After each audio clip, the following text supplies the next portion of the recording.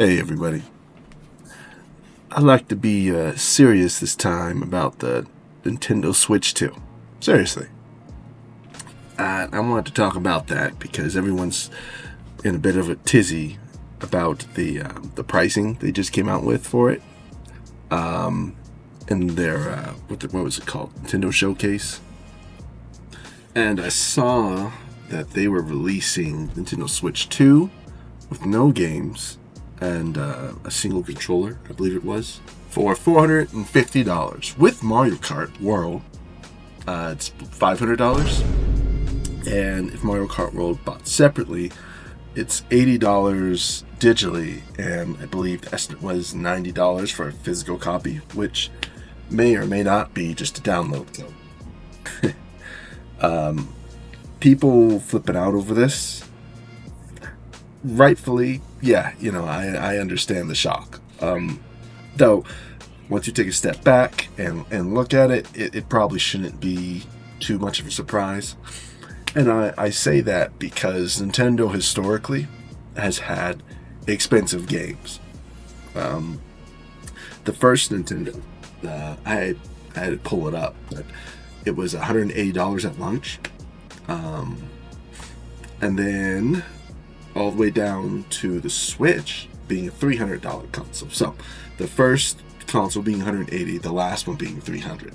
However, their games, I always remember being anywhere from like $20 for like the bargain bin games, up to $80 for some of these things. I believe Turok was $80 when it first released. I think Zelda was somewhere in that ballpark, but usually you found them for about $60. And to clarify, I'm talking about the Nintendo 64, which released in 1996, from what I see right here. So, if you think about it, it's not that surprising. Nintendo has always been expensive.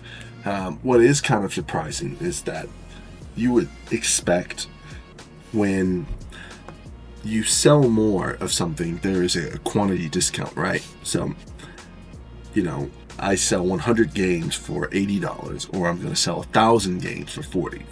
You clearly choose the 40 for 1,000 if you can, support the manufacturing, which in game distribution, the initial cost is in the development, and after that, it was printing cartridges. Now it's just copy pasting, servers and things like that.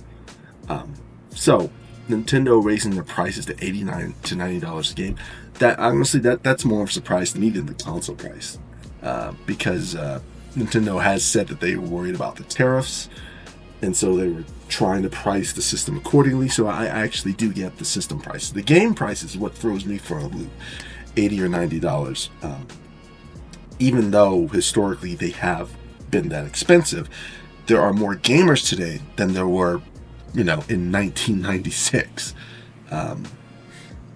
Back when I was a kid, for those of you who were of age at the time, remember, you're kind of ostracized for playing video games. You got called nerd in school for watching X-Men the animated series. Nowadays, though, you're called lame and square for not doing those things. So there's more people who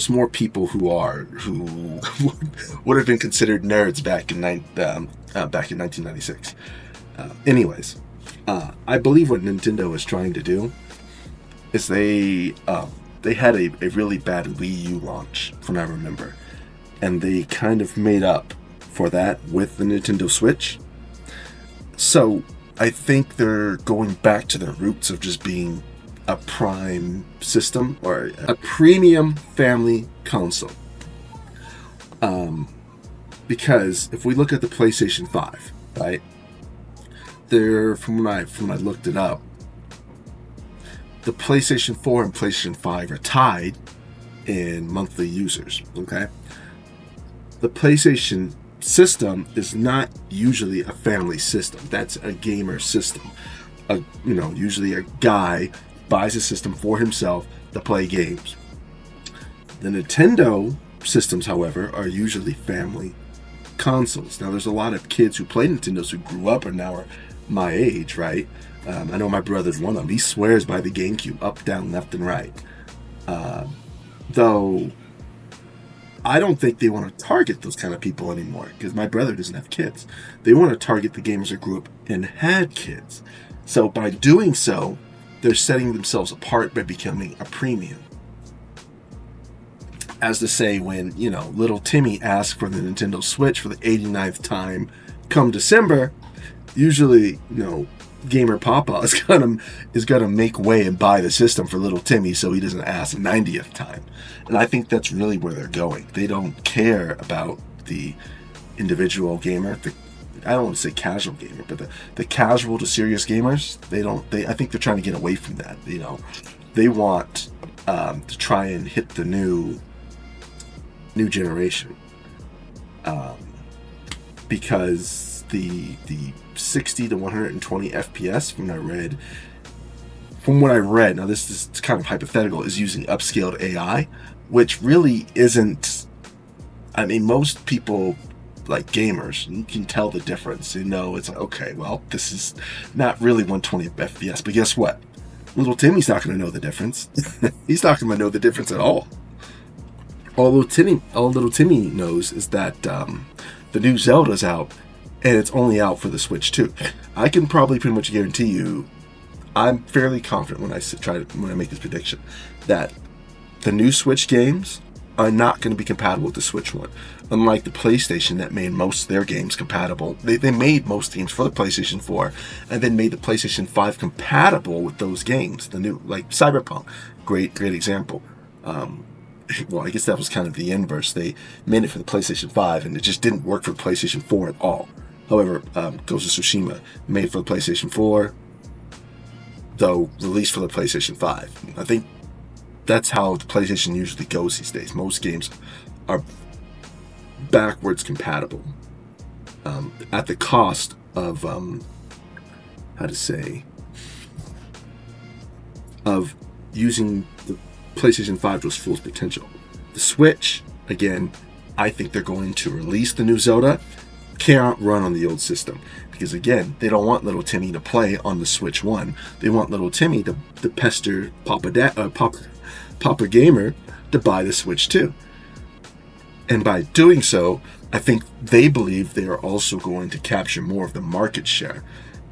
With their game being $80 or $90, Papa Gamer's going to have to decide, well, am I going to buy, Ghost of Yotei for, who knows? They might take the same course and go $70 to $80 for their games.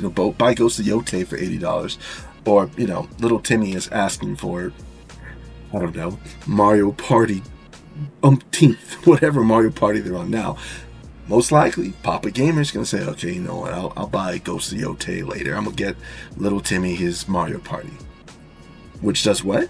Corners more of the market share. Because I think Nintendo believes they have the potential to consume more of the gaming market share by targeting families and making their system a premium family video game console, because Papa Gamer is going to play Mario Party with little Timmy, little Susie, and the wife. Because guess what? Papa Gamer is probably working a lot harder than the single gamer, like my brother who grew up the GameCube, who doesn't have kids and does not need to provide. So my brother swears by the GameCube up and down. He's not going to buy the Switch 2. He's going to say, that's too much money. That's just too much. Papa Gamer, however, is going to buy the Switch 2 for little Timmy. And guess what? He's going to not buy Ghost of Yotei, buy the new Mario Party instead. Therefore, Nintendo doing what? Cornering more of the market share. And again, historically, this is what Nintendo has done. And I think the rest of us are kind of shocked because, most of us, the people my age, my first rendezvous with Nintendo was the first Nintendo, then the Super Nintendo, followed by the 64. And by the time I reached Nintendo 64, I was kind of thrown out of the Nintendo phase where I wanted to play the big kid games, or I was playing the PlayStation, the Xbox, and etc., etc. So I skipped the GameCube. But my brother, who was just young enough, he was all in on the GameCube, all in on the Wii, all in on the Wii U. And then by the time he got to the Switch, guess what? grew out of little kid games. And now, look what we're doing again. Switch 2. New generation of little tiny baby gamers. But now, the previous little tiny baby gamers, most of them got kids. And they're gonna buy. It's a cycle, guys. It's a cycle. And especially with the Wii U failing so hard, they had to make up ground, right? And which they did with the Switch. I think they got tremendous consumer confidence with the Switch. I mean, just about everyone I own a friggin' Switch because it was cheap. The games were kind of expensive, but I paid for them. That's coming in because I'm not going to buy the Switch 2. I'm not going to buy a game for $80 or $90. But they don't want my money.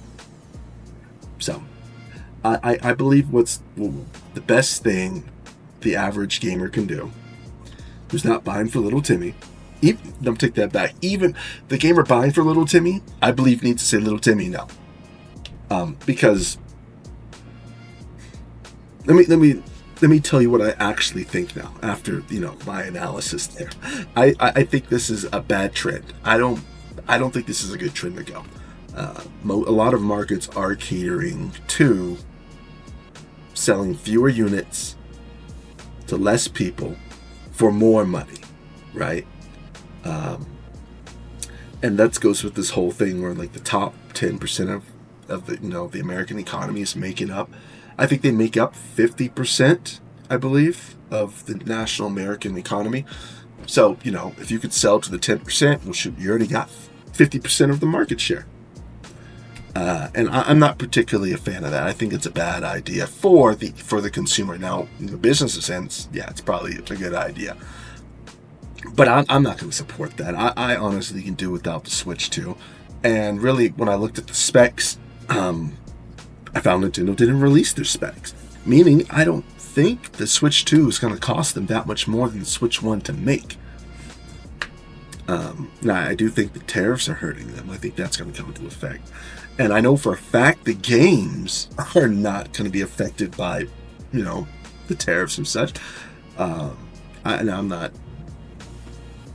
Well, I was going to say I wasn't an expert, but I just did a quick, Google search and looked up where the freaking game cards are made for the Switch, and it looks like they're primarily made in Japan, with some components coming from China. Though, these things, they look basically like SD cards, and I highly, highly doubt they are looking at freaking a $20 increase in price and copy and pasting these things. Especially when they're saying that these things are just going to have keys on them. You're going to put it in the Switch and it's going to download from their servers. No, the game cards, pure greed. A company being greedy, if that is news to you, then you got a lot to catch up on. You just don't buy it. So I guarantee you, once they hit that 10% and make that 50% of the market share, selling $89 game cards and a $450 system, the system's going to come down in price. The games, maybe not, because if you commit to buying the system, you're going to buy the games. So really, they're fluctuation points. The console will come down in price, the games won't. And unfortunately, I think a lot of the market's going to look at that and going to follow suit. And I'm not ready to pay for $80 or $90 for a game. It's just too friggin' expensive. And then again, I know historically that was the case, but historically though, I'm gonna put out this one last point, and then I'm gonna close everything up because I know I'm kind of going outside the realm of gaming and going into like I'm almost going into economics. Historically, luxuries were extremely expensive way back when, like 1996, and cost of living was a lot cheaper than now. Now, the last thing I want is the cost of living to be sky high and luxuries to be sky high. I won't get into that, but you can look it up yourself. Though that's the biggest difference, honestly, right? Back then, you could pay $80 for a Nintendo 64 game because your cost of living was cheaper. Even though $80 was technically more money back then, it was also cheaper, right? And, you know, that's why I really don't like adjusted for inflation a lot of times, because usually it's not reflected. Anyways, I'm not trying to get into all that. So, anyways, guys, long story short, Nintendo Switch 2, I say don't buy it. Let it ride. The console prices are going to come down. Though, you know what they say, the higher and more unreasonable something is in the gaming industry, guess what also increases? Can you guess? Can you guess? If you can't, it's the usage of the 7 C's, my friend. And if you don't know what that is, well, I'd say do a little bit of digging and you will find yourself an interesting world. Anyways, guys, I'm all right. You guys take care. Till next time. Trust me when you do it.